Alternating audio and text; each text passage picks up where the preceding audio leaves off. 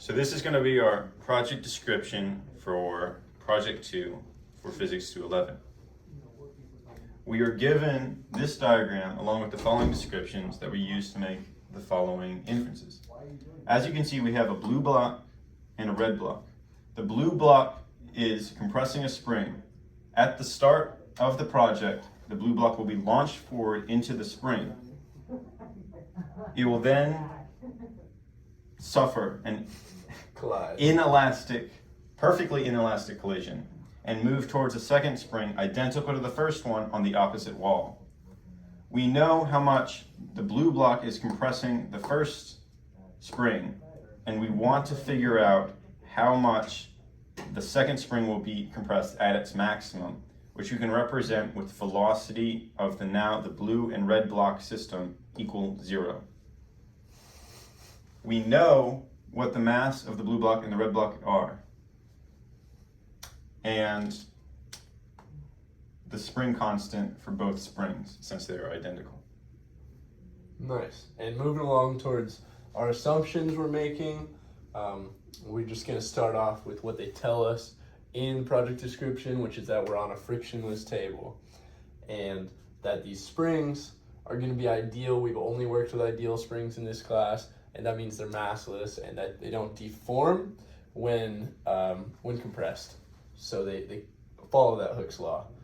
And equally, we're assuming that it's a perfectly inelastic collision just based on the fact that they said when the two blocks collide, they stick together. And that is something we've been told while my peer fixes that.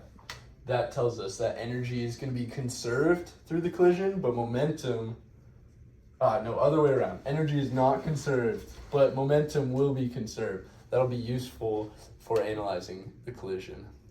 And also gravity is negligible, which we're just stating because there's no work done by gravity. This is all done in the horizontal plane, so gravity won't come into play in our calculations at all.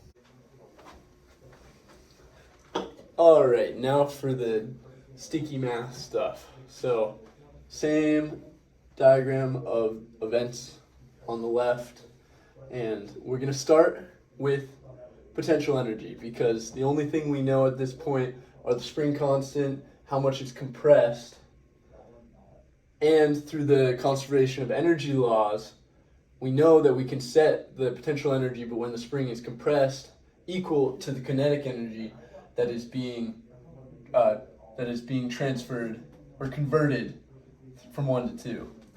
Kinetic energy being mb times the velocity of the blue block squared, 1/2.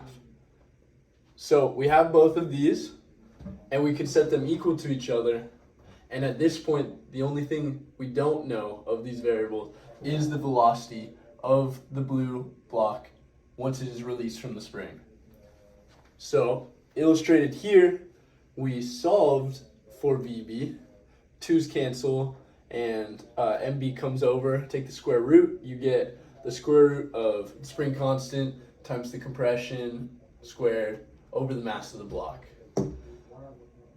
And then moving past 1 and 2, where energy was conserved, we come to the collision. And during the collision, energy is not going to be conserved, but momentum is. So we will be using conservation of momentum since it's a completely Conserved. Yeah, the collision is completely conserved. And initial potential momentum equals final momentum. Our initial momentum is mass times velocity. So our initial momentum is just the mass of the blue block and the velocity of the blue block, which we now have symbolically.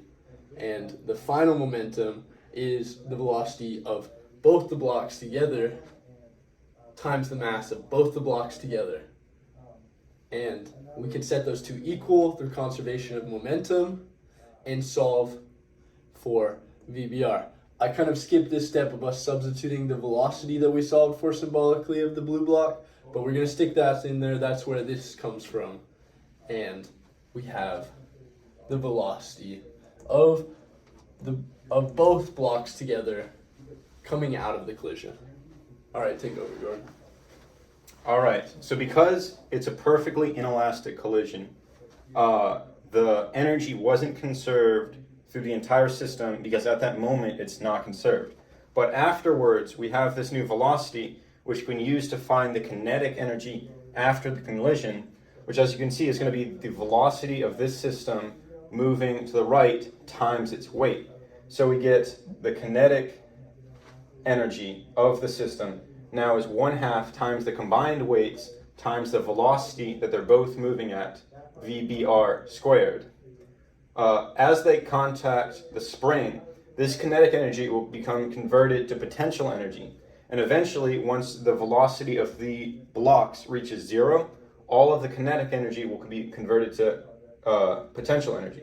So we can set potential energy, which is going to be expressed in the same way as 1/2 kx2 squared equals 1/2 the combined weights times the combined velocity squared. So solving for what we want to know, which is the x2, the compression amount the second spring is going under, or the displacement of the spring, we get this equation where the x2 equals the square root of the combined weights times the velocity squared over the spring constant. From there, we can plug in our velocity of the two, Br, into this. And we get this big, messy equation where VBr is replaced by its larger expression in terms that we know. From there, we can square this, cancel out all the terms, and we get x2 equals mb x1 squared over mb plus mr. Woo! All right, this is our sense-making and reflection part of our project 2. So up here, I put the equation we got for the compression of the second spring, the maximum compression it goes under. So to check to make sure everything is all right, we're going to check the units. So x2 is a distance of displacement, so it's going to be in a distance unit. We're just using the basic SI units, so weight will be in kilograms and distance will be in meters. So MB is a mass, MB and MR are both masses, and since they're not multiplied, they're just going to be one set of kilogram in the bottom and one on the top. And over here we have x1, the displacement of the first spring, squared. So what this gives us is the square root of the 2 kilogram times meters squared over kilograms. So the kilograms both cancel, leaving just meters squared, square rooted. So after we do that, we just get meters as our final answer. So meters is a unit of distance, and since x2, which we want, is a distance unit, this makes sense. Our next point is to check this with a special case analysis. So to make the most sense of what we have, we chose the special case where the mass of the blue block is the same as the mass of the red block. So using our final equation, we can plug in everything is the same except the mass of the red block is the same as the mass of the blue block, represented by m sub b.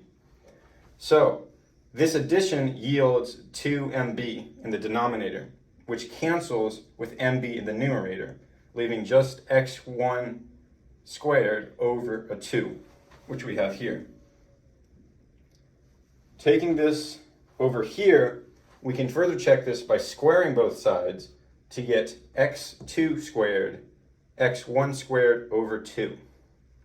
So as you can see, this gives us a direct relation between the distance x2 is compressed and the distance x1 is compressed, or the first spring and the second spring. You can see that the second spring will be compressed half as much as the first spring.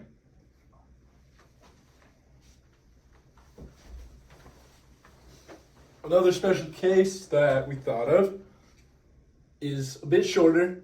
This is just a case where x1, the initial compression of the spring, is just 0. And plugging 0 in for x1, well, you can see that we get 0 out for x2. And that kind of makes sense because if you don't compress the spring, there's no potential energy, there's no kinetic energy just converted into the block. It'll never even reach the other spring and result in 0 compression.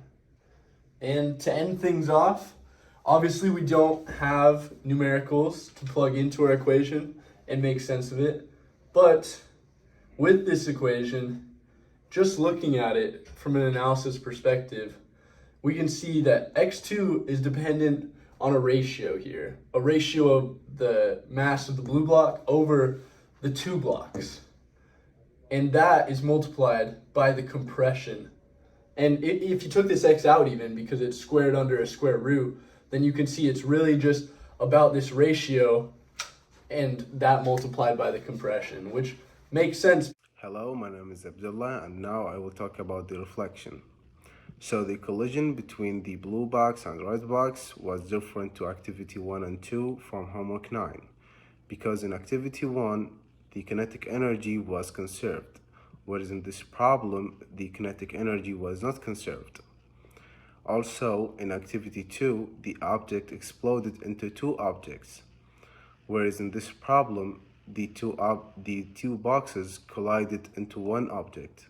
In spite of such differences, this problem is similar because in the absence of external force in the system, momentum is conserved. So regardless of kinetic energy, or whether it's an explosion or collision, initial momentum is equal to final momentum, which help us find the velocity of the red and blue as a one box. The interaction between the box and springs in this problem was different from activity 1 in homework 8, because in activity 1, the focus in exchange of energy was between moments where velocities were zero. So the exchange of energy was between spring potential energy and gravitational potential energy. In this problem, the focus in exchange of energy was between moments where velocity changed from rest to motion, or vice versa. So the exchange of energy was between spring potential energy and kinetic energy. Although the types of energies are different, and this project is similar to the homework because conservation of energy still applies.